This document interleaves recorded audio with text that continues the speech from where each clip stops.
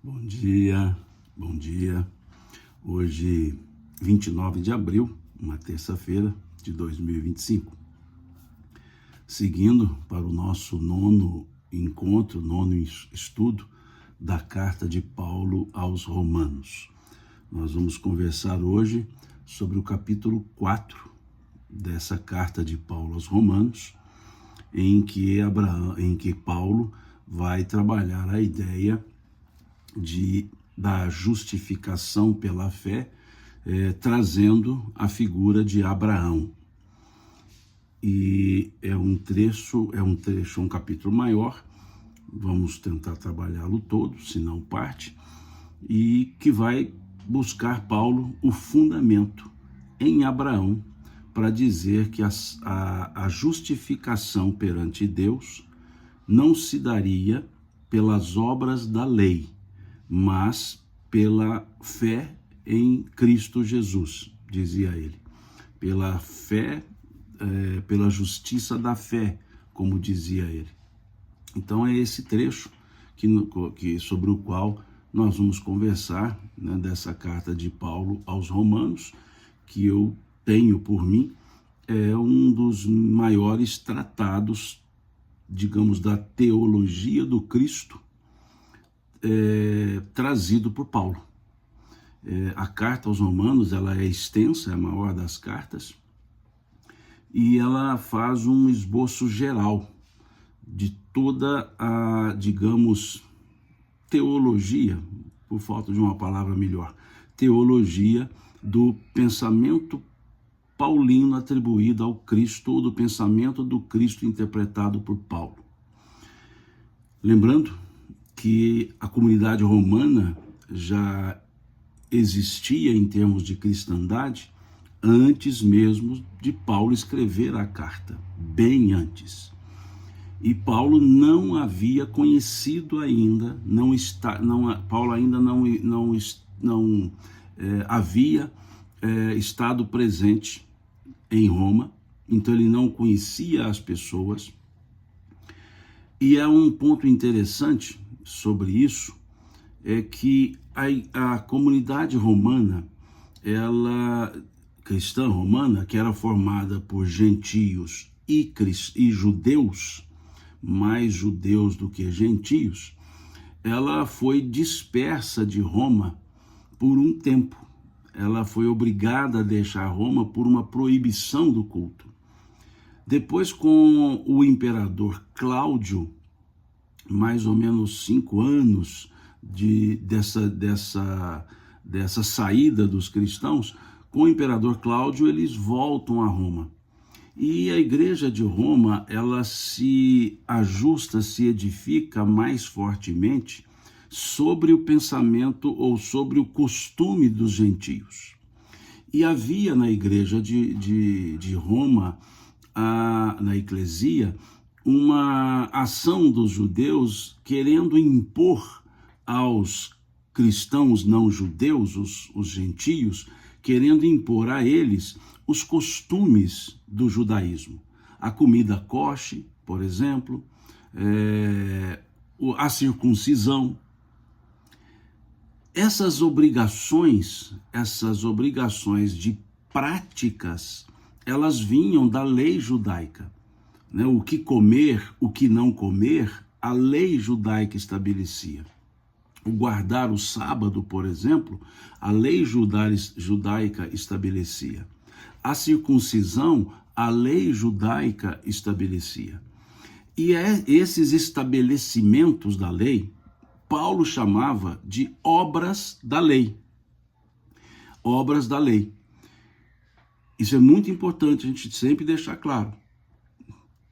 Quando Paulo fala em obras, ele fala obras da lei, e não obras no sentido de caridade, não obras no sentido de fazer o bem, obras no sentido de cumprir o que a lei mandava fazer em termos de comportamento e rituais. Por exemplo, a comida kosher, o guardar o sábado, a circuncisão, o lavar as mãos antes de comer. Essas eram as chamadas obras da lei. E essas obras eram impostas aos cristãos não judeus.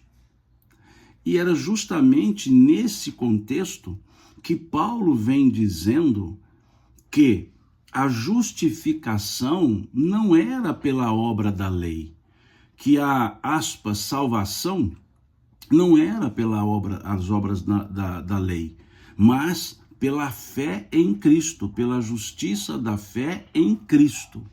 Então ele dizia que não era praticando essas obras que os cristãos estariam justificados, mas na crença, digamos, na fé em Cristo. Então esse é o grande ponto que Paulo trabalha, é o grande elemento paulino. Tentar mostrar, ou mostrar a eclesia de Roma, a igreja de Roma, mostrar aos cristãos judeus que não eram as obras da lei que já justificariam a pessoa perante Deus, mas sim a fé em Cristo. Então, esse é o grande mote da carta paulina, principalmente até o capítulo 4 da sua carta aos Romanos. Ele vai trabalhar muito claramente com isso. Ele vai demonstrar que entre cumprir a obra, guardar o sábado, circuncisão, comida coxe, lavar as mãos antes de comer e assim vai, ou seja, as obras da lei, nada seriam se não tivesse a fé em Cristo. Então que os judeus continuassem com as obras da lei, tendo fé em Cristo, mas que aos gentios, aos não-judeus, não fosse imposta as obrigações da lei, porque bastava aos gentios a crença, melhor dizendo, a fé em Cristo Jesus. E aqui nesse capítulo 4 que vamos conversar hoje, sobre o qual vamos conversar hoje, Paulo busca um fundamento dentro da cultura judaica. Ele busca o fundamento para dizer que não são as obras da lei que vão justificar, mas a fé, a justiça da fé. E como que ele busca esse fundamento? Em Abraão. Ele vai trazer a figura de Abraão para dizer que Abraão vivia antes da lei. E se Abraão vivia antes da lei e ele foi justificado perante Deus, não era a lei que justificava, não eram as obras da lei. Então, como que Abraão foi justificado? Ele foi justificado pelas obras da lei? Não, não existia lei. A lei vem com Moisés. Moisés é depois de Abraão.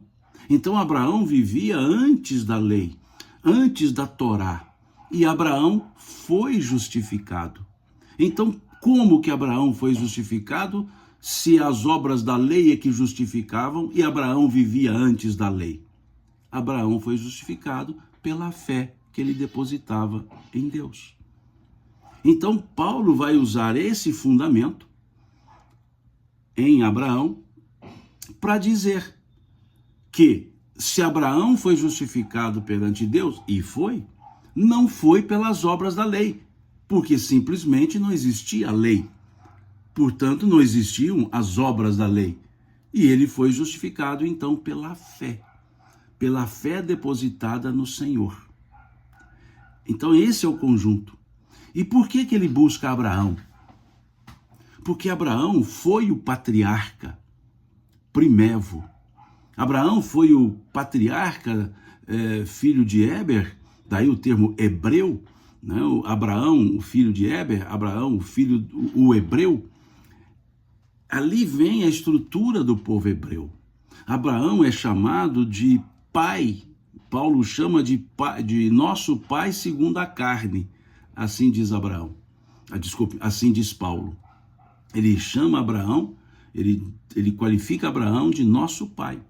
E a história de Abraão é uma história bonita, é uma história interessante. Ele sai da Caldeia, sai de Ur e vai para a Canaã, né? Vai para Canaã. Ele vai com com a sua família, com os seus, com uma caravana, e ali sai da região da Caldeia, da Mesopotâmia, hoje a região do Iraque, e ele sai e vai para onde hoje é a terra de Israel, onde hoje está Canaã, onde à época, desculpe-me, estava Canaã. E Abraão, ali, ele vai fixando a ideia do Deus único. A ideia do Deus único não nasce com Moisés. Moisés nos traz a ideia de Deus único, mas um Deus legislador. Traz aspas, a legislação divina. Abraão, ele traz o conceito do único Deus, do Senhor Todo-Poderoso, né? Na linguagem hebraica, El Shaddai. El Shaddai, ou seja, o Senhor Todo-Poderoso, a quem ele sempre chamava por El, quer dizer, El quer dizer Senhor, né? Senhor. E então todas as palavras, inclusive lá com El, terminadas em El, o sufixo é El, essa palavra em tese teria que ser tonificada, teria que ser oxítona. E o termo, e o El ficaria, né, Manoel, Emmanuel, né? Embora muitos chamam Emmanuel, porque assim Chico chamava, mas a palavra, por terminar em El e ter uma etimologia hebraica, e El significar Senhor, em tese tonificaria a sílaba, né, o El.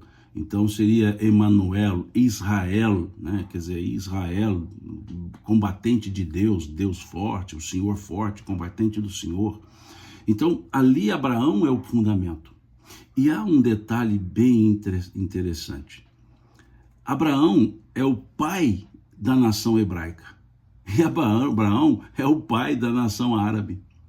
Porque de dois filhos de Abraão, primeiro Ismael, com a escrava Agar, segue a linhagem árabe. E com a esposa Sara, que tem Isaac, segue a linhagem de Israel. Tanto que o neto de Abraão, Jacó, filho de Isaac, é que recebe o nome de Israel. Ele se chamava Jacó, mas depois de uma luta com o anjo do Senhor, ele passou a ser chamado Israel, ou seja, o guerreiro do Senhor, o Senhor forte. Então Abraão, ele é reverenciado, respeitado como patriarca, o patriarca. Moisés é um patriarca, sim, mas Abraão é o patriarca. Todos são os filhos de Abraão. Interessante que a ideia, então, entre árabes e judeus, a disputa entre eles é uma disputa fraterna, ou seja, é uma disputa de frater, é uma disputa de família. E as mortes ali acontecendo são fraticidas, ou seja, entre família, porque ambos os povos derivam do mesmo patriarca, Abraão, Ismael e Isaac.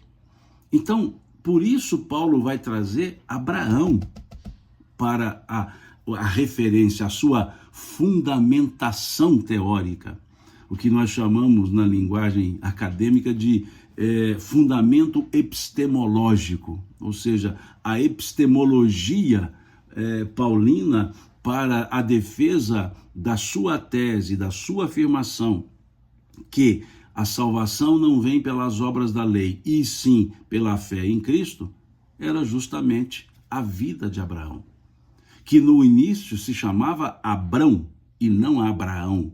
Abrão. A palavra Abrão significa pai de um povo. Abrão.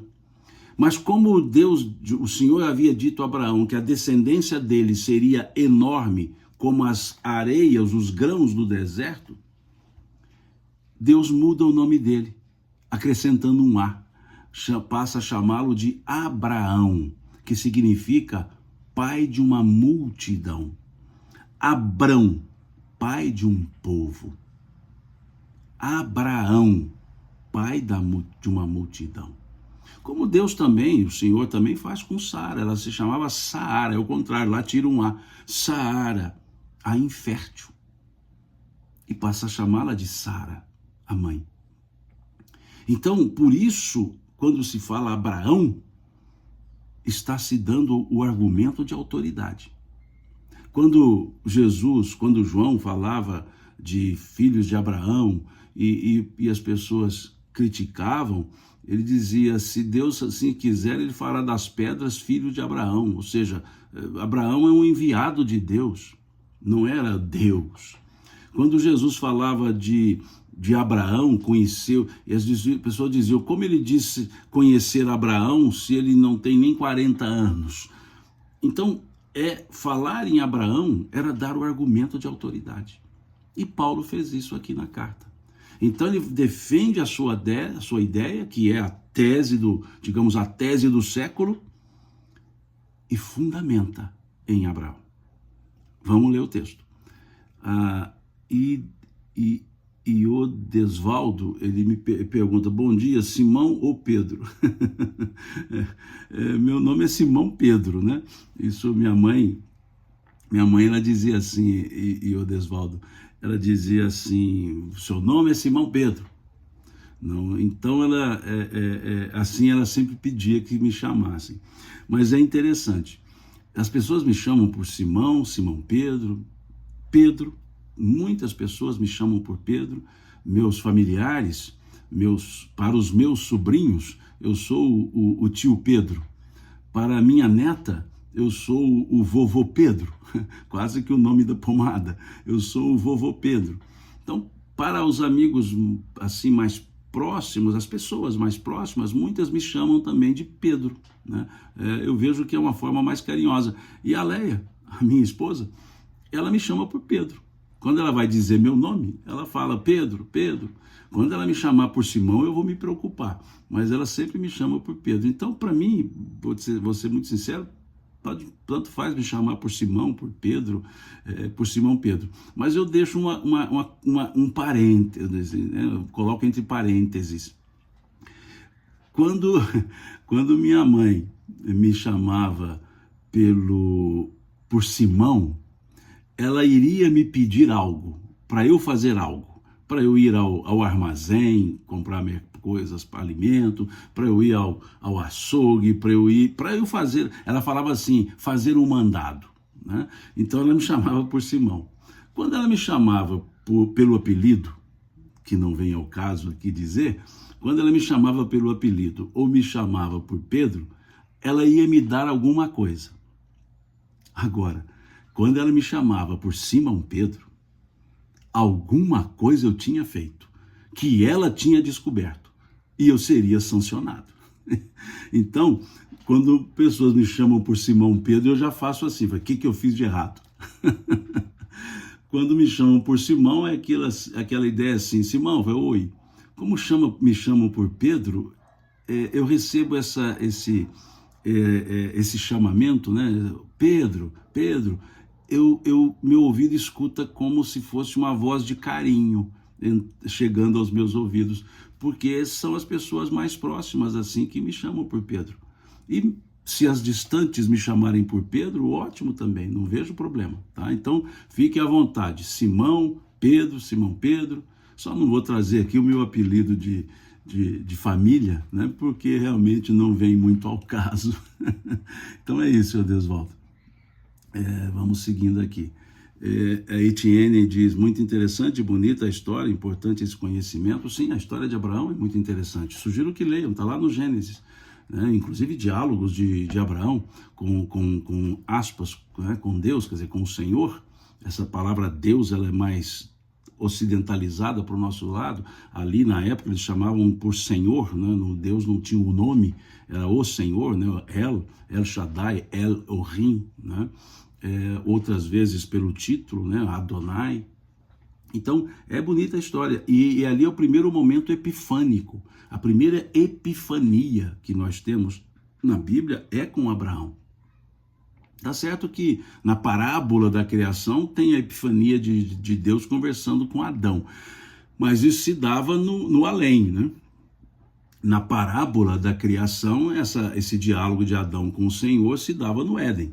Agora, no mundo material, no mundo aqui pisável por nós, a primeira epifania foi Abraão, ou seja, a primeira conversa era Abraão com Deus. E tinha diálogos interessantes. Para a passagem lá da destruição de Sodoma, Gomorra, houve um diálogo muito bem estabelecido entre Abraão e Deus, entre Abraão e o Senhor.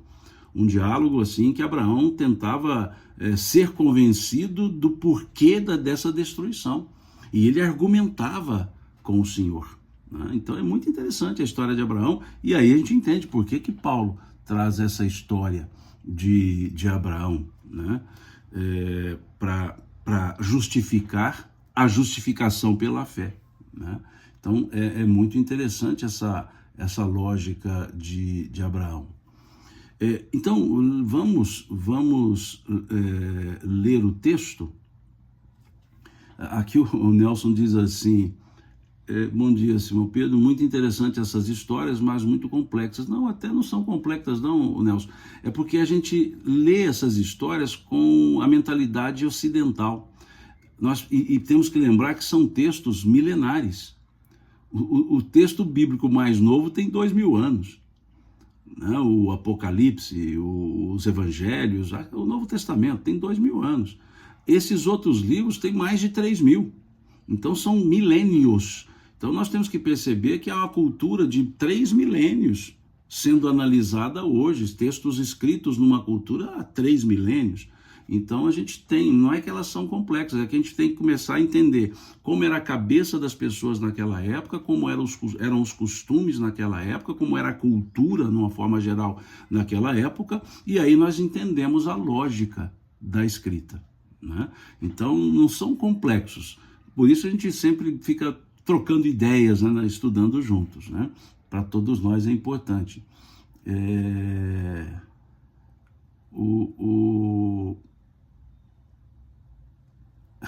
Silvana diz que mãe chamar por 2 nomes é fria. É mesmo, eu sei bem dizer isso, eu tenho experiência na carne. Aqui a Tiene pergunta se teve estudo ontem da carta de Paulo. Não, ontem não. Mas à noite fizemos o estudo da história do cristianismo. Então vamos ler o texto aqui. Diz assim Paulo, a letrinha está muito pequena, já estou ficando mais velho um pouco. Que, pois, diremos ter alcançado Abraão, nosso pai segundo a carne? Que, pois, diremos ter alcançado Abraão, nosso pai segundo a carne? Porque se Abraão foi justificado por obras, tem de que se gloriar, porém, não diante de Deus. Pois que diz a Escritura? Abraão creu em Deus e isso lhe foi imputado para a justiça. Então veja o que está dizendo Paulo. Abraão creu em Deus e isso foi-lhe imputado como justiça. É um ponto a pensarmos. É um ponto a pensarmos. Onde está isso? Isso está lá no Gênesis, no capítulo 15, e versículo 6.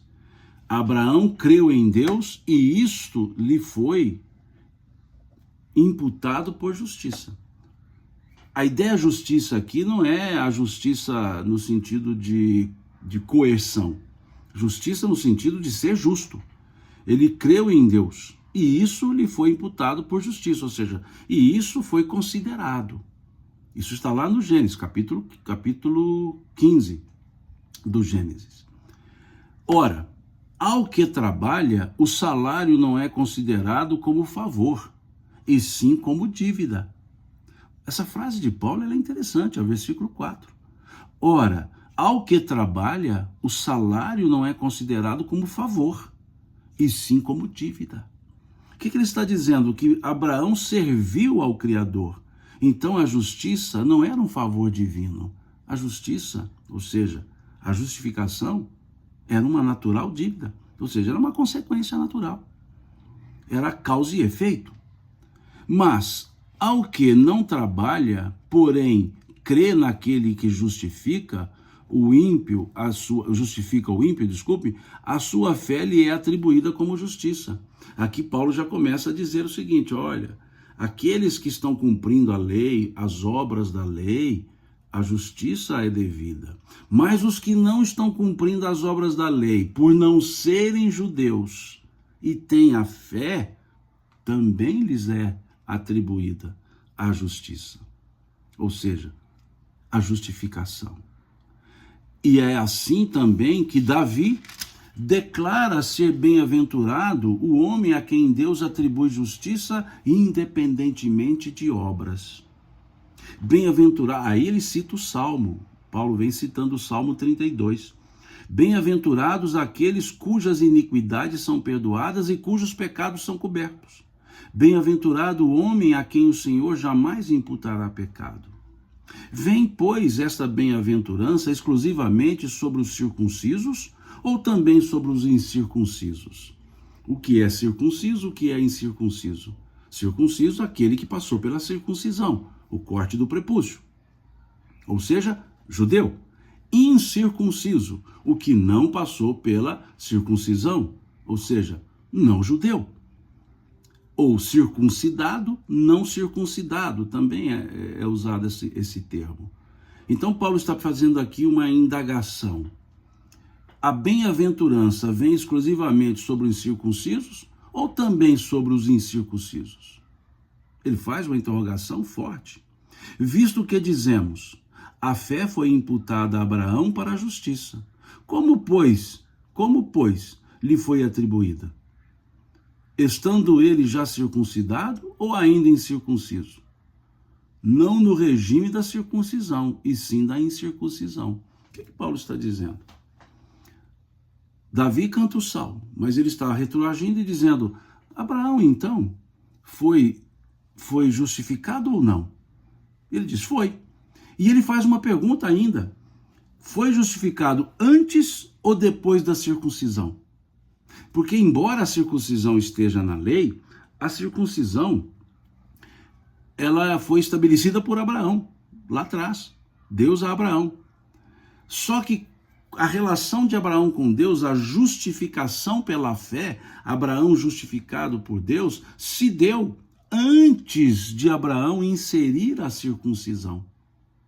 Então Abraão era incircunciso, ele era não circuncidado, quando se viu justificado por Deus, quando ele recebe a bênção do filho Isaque, ou seja, de ter o filho Isaque, com Sara, com já os seus 100 anos.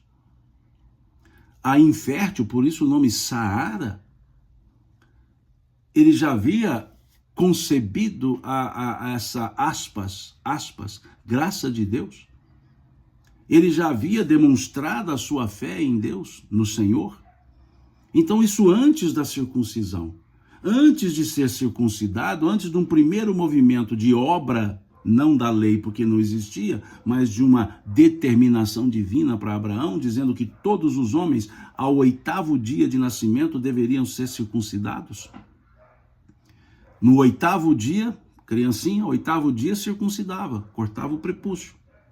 E aos que já eram adultos, naquele momento que se instituiu a circuncisão, todos os adultos tinham que ser circuncidados. Então Abraão também foi circuncidado. Só que ele se justifica perante Deus antes de ser circuncidado, bem antes. Então Paulo está dizendo, estando ele circuncidado ou ainda incircunciso? E aí Paulo responde, não no regime da circuncisão, e sim quando incircunciso. E aí ele segue. E recebeu o sinal da circuncisão como selo da justiça da fé. Quer dizer, a circuncisão veio pela fé e não a fé pela circuncisão.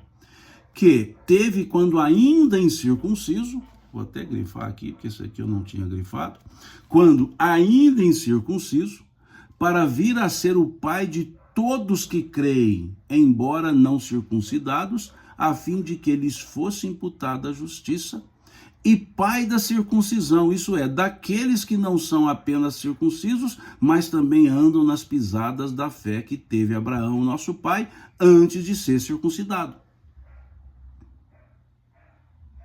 Então veja como Paulo aqui, eu digo isso sempre, Paulo era um mestre na escrita.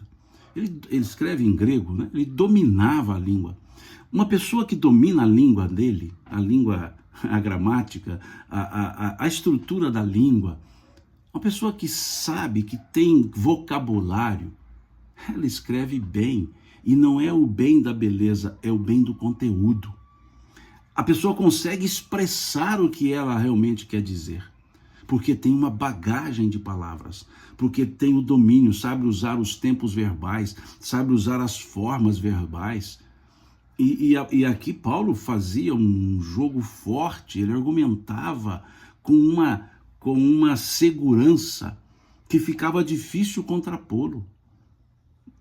Ele até não era um grande orador, ele mesmo dizia isso, ele até não era um grande orador, ele até dizia que Apolo era orador mais do que ele, um pregador, mas na escrita era notável, notável. E aí veja ele dizendo que Abraão foi então justificado antes da circuncisão. E Deus já tinha mudado o nome de Abraão, de Abrão para Abraão. Então Paulo vai dizer o quê? Que quando ele teve fé, né, da fé que teve, quando ainda incircunciso. E ele vai seguir, versículo 13. Não foi por intermédio da lei, não foi por intermédio da lei que a Abraão ou a sua descendência coube a promessa de ser herdeiro do mundo, e sim mediante a justiça da fé. Quando então Abraão passa a ser chamado de Abraão, quer dizer, Abrão passa a ser chamado por Abraão, pai de uma multidão, Paulo está dizendo que isso foi a justificação. E ele foi assim chamado pela fé que ele desempenhava, e não por obras da lei, até porque a lei não existia, a lei mosaica. Então veja, lendo o versículo novamente. Não foi por intermédio da lei que a Abraão ou a sua descendência coube a promessa de ser herdeiro do mundo, e sim mediante a justiça da fé. Pois, se os da lei é que são os herdeiros, anula-se a fé, cancela-se a promessa. Veja essa fala de Paulo, eu fico imaginando o judeu da época lendo isso, de um ex, judeu, de um ex-pretendente ao sinédrio, de um quase, né, doutor da lei, ele dizendo isso. Pois se da lei é que são os herdeiros, anula-se a fé e cancela-se a promessa. Ou seja, então a promessa de Deus a Abraão, que a sua descendência seria tão grande, tão ampla, quanto os grãos de areia do deserto, estaria anulada. Por que estaria anulada essa promessa?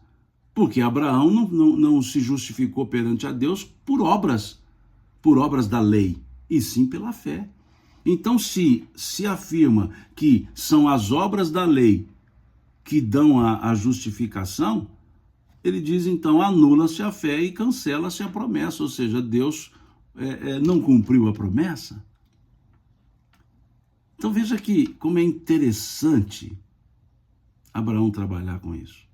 Desculpe, Paulo trabalhar com isso. E lembrando, Paulo estava escrevendo aos romanos, cuja estrutura da eclesia romana, da igreja romana, era forte em termos de judaísmo, porque havia muitos judeus convertidos ao cristianismo, que ele chamava à época de judeus batizados, e havia também muitos gentios convertidos. E ele queria mostrar que aos gentios não era necessário impor as regras da lei. Não era necessária a prática das obras da lei. Essa disputa não é bem a palavra, essa diferença de entendimento fez com que a igreja de Jerusalém se contrapusesse à igreja de Antioquia. Porque Paulo, ele defendia sempre essa ideia. E a igreja de Jerusalém, por ser mais fortemente estabelecida por judeus, grande parte dos cristãos eram fariseus que se converteram. Eles diziam que não, que precisava seguir as obras da lei, ou seja, não podia ter a comida impura, a comida não kosher, tinha que guardar o sábado, tinha que ser circuncidado. Ou seja, todas as obras da lei, a igreja de Jerusalém entendia que não podia ser batizado se não fizesse isso. Então, ou seja, tinha que ser judeu primeiro. E Paulo dizia, não, bastava a fé. E essa disputa, desculpe-me, ela é muito forte. Se nós olharmos a carta de Paulo aos Gálatas, lá ele conta sobre o concílio de Jerusalém, lá no ano 49, 50, quando teve o primeiro concílio da cristandade, ele conta que engoliu o que foi acordado lá. Porque o motivo do concílio era, para ser cristão, tinha que ser circuncidado ou não? Tinha que seguir as regras do judaísmo, a comida kosher, etc., ou não? E essa disputa, essa diferença de opinião, fez com que Paulo fosse chamado, ele foi com Barnabé e outros cristãos de Antioquia, foram para Jerusalém para esse debate, e lá chegaram num acordo, que, tudo bem, os gentios não precisavam ser circuncidados, mas tinham que seguir a comida kosher, ou seja, não podiam comer alimento impuro. Então Paulo engoliu isso. E ele faz uma crítica muito forte a isso na sua carta aos Gálatas. E há um momento que na carta aos Gálatas ele vai mostrar a sua diferença e criticando a conduta de Pedro. Porque Pedro, quando estava em Antioquia, antes de chegar o pessoal de Jerusalém, Pedro convivia com os gentios, comia a comida dos gentios. E quando chegaram os enviados de Jerusalém, a mando de Tiago, o justo, Tiago, irmão do Cristo, para dizer que não podia comer a comida kosher, a comida não kosher, a comida impura, Pedro parou de comer, só porque tinha chegado os judeus, chegado o pessoal de Jerusalém, da eclesia. E aí Paulo faz uma crítica, veja aqui em Gálatas, capítulo 2, versículo 11. Quando, porém, Pedro veio a Antioquia, resisti-lhe face a face, porque se tornara repreensível. Com efeito, antes de chegarem alguns da parte de Tiago, comia com os gentios. Quando, porém, chegaram, afastou-se e, por fim, veio apartar-se, temendo os da circuncisão, ou seja, temendo os que defendiam a ideia da circuncisão. E também os demais judeus dissimularam com ele, a ponto de o próprio Barnabé ter se deixado levar pela disseminação deles. E aí ele vai reforçar isso no versículo 16. O homem não é justificado por obras da lei, e sim mediante a fé em Cristo. Então Paulo era linha dura, né, com essa questão. Né? Aqui a Catarina diz em Atos 13, também tem essa disputa. O Atos 13 é o concílio, né? Mas lá, Catarina, é interessante a sua observação. Lá em Atos é a fala de Lucas, é a maneira que Lucas escreve, e ele escreve como o que? Contemporizando. Se nós olharmos somente pelo Atos, nós entenderemos que naquele concílio a resolução foi muito tranquila. Não, tudo bem, então ótimo, fica agradecido, então não precisa ser circuncidado, que bom, e saiu Paulo feliz. Não. Quando lê a carta de Paulo, que aí é o relato de Paulo sobre o concílio, Paulo já mostra na carta como um todo que não foi assim tão prazeroso, não, que eles aceitaram, mas não concordaram. Aceitaram, ótimo, que não precisa ser circuncidado, mas não concordaram com a ideia de que eles tinham que seguir outros ritos judeus, como, por exemplo, a comida kosher. Então, eles engoliram, vamos dizer assim, engoliram, mas não deglutiram. E isso fica claro na carta de Paulo aos Gálatas. Aos Gálatas. Se lê somente o Atos, dá uma ideia que foi um concílio suave, tranquilo. E não, foi um concílio bem linha dura, né? Então, por isso que é importante a gente entender o conjunto, né? Ler um dos livros somente nos dá uma ideia. E Lucas, como um educado que era, como culto que era, ele foi escolhendo as palavras para escrever o Atos dos Apóstolos. Então vem essa ideia, né? E aí sigamos o texto. E eu não havia grifado, eu vou grifar isso aqui. Se os da lei é que são herdeiros, anula-se a fé, cancela-se a promessa. Isso é forte, essa frase. Eu não tinha percebido assim com tanta efusão. Por quê? A lei suscita a ira, mas onde não há lei, também não há transgressão. Esse aqui é um argumento muito legal. Se não existe lei, como dizer que transgrediu a lei? Como dizer que para os gentios que a lei não se aplica? Como dizer que eles transgrediram a lei? Se eles, os gentios, sejam quaisquer povos não judeus, se eles não tinham a lei, essa lei, a lei de Moisés aplicava-se aos judeus, mas não aos gentios. Então, se eles não eram judeus e não estavam sob a lei, por que eles transgrediram a lei? Não havia lei aplicada a eles.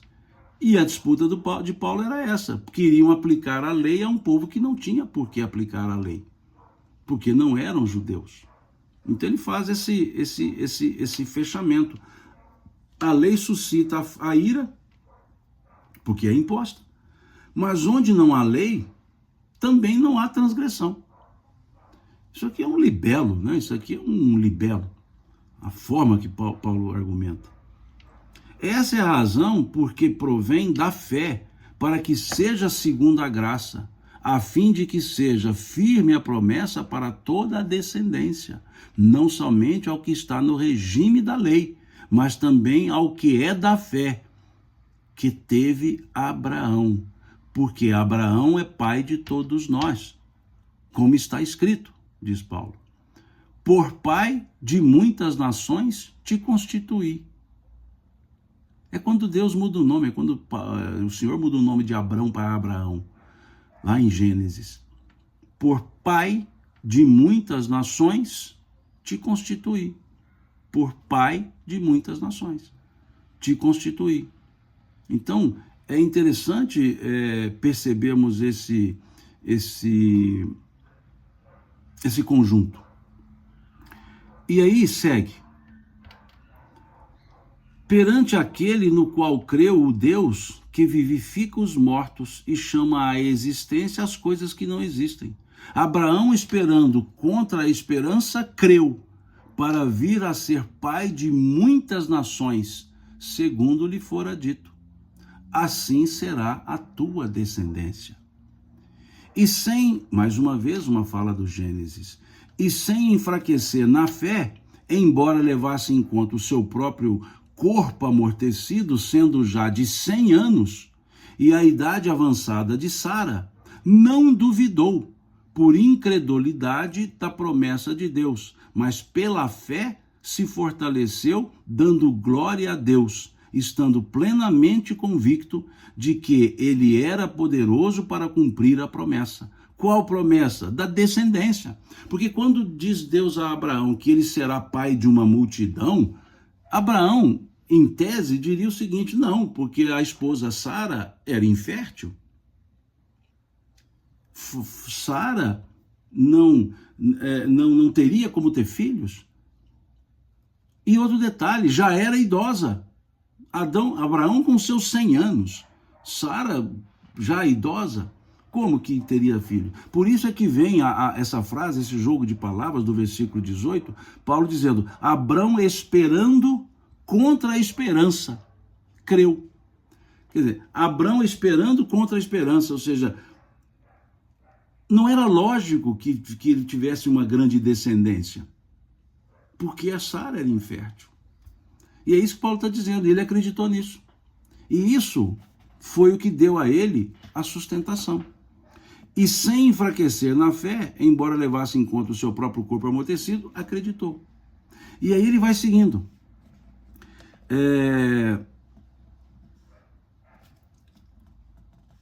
Pelo que isso lhe foi também imputado para a justiça.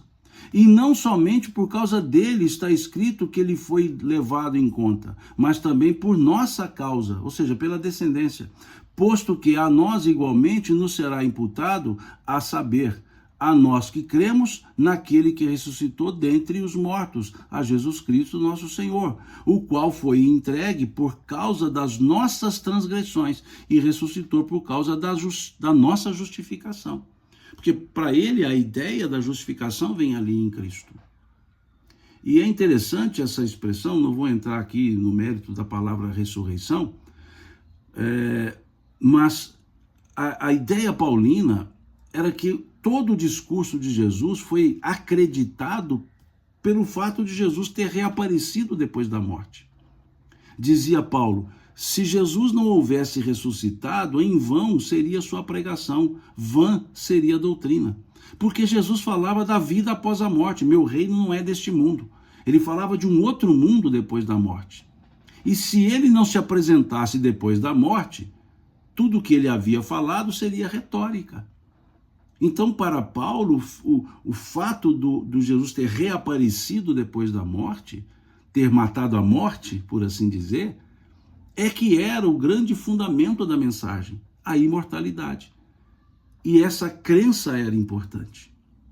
Então, Paulo vai trabalhar essa lógica e mostrar que a justificação se dá pela fé, não pelas obras da lei. Faço mais uma vez a observação. A expressão que Paulo critica de obras não é no sentido caritativo. Não são obras no sentido de fazer o bem. Paulo aqui trabalha com a ideia de obras da lei. Ou seja, não são as obras no sentido de fazer a caridade e etc. Não. Aqui fala de obras da lei. Obras da lei seriam seguir aqueles preceitos, aquelas lógicas, por assim dizer, da lei. Guardar o sábado, circuncisão e assim vai, né?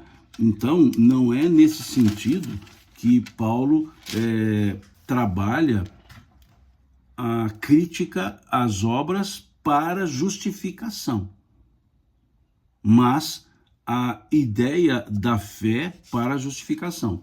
Eu dei uma folheada aqui, por quê? Para a gente entender que há duas diferentes ideias para obras. Na carta de Paulo aos Romanos, ele fala das obras da lei. Agora, quando olhamos a carta de Tiago, presume-se que esse Tiago seja Tiago justo, ele já fala da obra, mas não é obra da lei. Ele já fala de obras no sentido de utilidade, de ser útil, de prestar o bem. Está lá no capítulo 2 da sua carta e a partir do versículo 14. O apóstolo Tiago diz assim, meus irmãos, qual é o proveito se alguém disser que tem fé, mas não tiver obras? Pode acaso semelhante fé salvá-lo? Se um irmão ou uma irmã estiverem carecidos de roupa e necessitados do alimento cotidiano, e qualquer dentre vós que lhes disser, ide em paz, agradecei-vos e fartai-vos, sem contudo lhes dar o necessário para o corpo, qual é o proveito disso? Assim também a fé, se não tiver obras, está morta. É morta em si mesmo. Então aqui é diferente. Tiago aqui está deixando claro que são obras no sentido caritativo, né? No sentido caritativo, que Paulo chamava de amor. Agora, quando Paulo fala que a fé salva, a fé que salva e não as obras, Paulo está falando das obras da lei. Ele está fazendo uma crítica à imposição das obras da lei para os não-judeus. Esse é o ponto. Agora, quando Tiago fala em obras, aqui Tiago está deixando claro, obras caritativas. Leio novamente, para deixar claro. Em Tiago, a partir do versículo 14, capítulo 2 da Epístola de Tiago. Meus irmãos, qual é o proveito se alguém disser que tem fé, mas não tiver obras? Por acaso semelhante fé vai salvá-lo? Se o irmão, prestem atenção, se um irmão ou irmã estiverem carecidos de roupa e necessitados de alimento cotidiano, e qualquer dentre vós lhe disser, ide em paz, oferecei-vos e fartai-vos, sem, contudo, lhes dar o necessário para o corpo, qual é o proveito disso? Fé é a raiz, obra é o fruto. Aqui é importante, fé é a raiz, obra é o fruto dessa raiz, é o resultado dessa raiz. Então, se eu faço, por outro lado agora, apenas a obra material, mas sem o sentimento do bem, também é falso, também é falso. E aí é que ele arremata, assim também a fé, se não tiver obras, é morta por si mesmo. Então, vamos ficar muito claro, não há uma incongruência, uma contradição entre o que Paulo fala e que Tiago fala, porque a matriz do pensamento é diferente. Paulo está aqui fazendo uma defesa da fé em relação às obras da lei, e o apóstolo Tiago está dizendo que a fé é necessária, mas uma fé sem obras, ou seja, sem caridade, sem o atendimento às pessoas, é uma fé nula, é uma fé não operante. O benfeitor espiritual Emmanuel é que gosta de usar esse termo, fé operante. Não adianta ter a fé e não praticar a serviço do semelhante. Agora, o que Paulo trabalhava era a crítica à imposição das obras da lei. Então ele dizia, o que salva, o que justifica o homem é a fé, e não as obras da lei. E Tiago diz que o que justifica é a fé, com obras caritativas. Com obras caritativas. Então é muito claro isso. Eu vejo, eu insisto nisso, porque já vi diversas vezes pessoas trazendo o argumento que há uma contradição entre Tiago e Paulo. Não, não há nenhuma contradição. São matrizes epistemológicas diferentes, bem diferentes. E lendo o texto isso fica claro, fica muito claro. E aí vejo também pessoas dizendo, então, basta a fé, não tem que ser útil a ninguém. Não, não é isso. Paulo nunca disse isso. Paulo dizia que bastava a fé e não as obras da lei.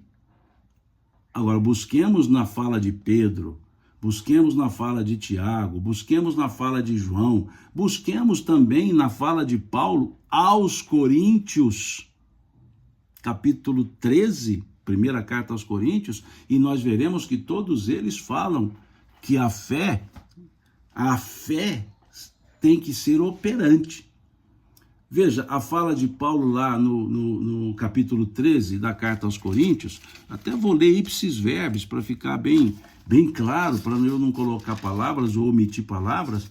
Veja o que Paulo fala aqui, quando ele vai trazer a ideia do amor. Ele diz assim, versículo 3, e ainda que eu distribua todos os meus bens entre os pobres, e ainda que entregue o meu próprio corpo para ser queimado, se não tiver amor, nada disso me aproveitará. Nada disso me aproveitará. Então aqui Paulo deixa claro que eu tenho a fé e não faço a obra, ou faço a obra caritativa, faço a obra, mas sem a fé, ele diz, não adianta. A fé aqui é o amor. Se ele diz a fé em Cristo, qual é a grande mensagem do Cristo? Amar. Então, quando ele diz que o ato material sozinho não é uma obra boa, o crer, a fé embotada também não é uma adequada. Agora, a obra boa é aquela que foi feita com fé, é aquela que foi feita com amor.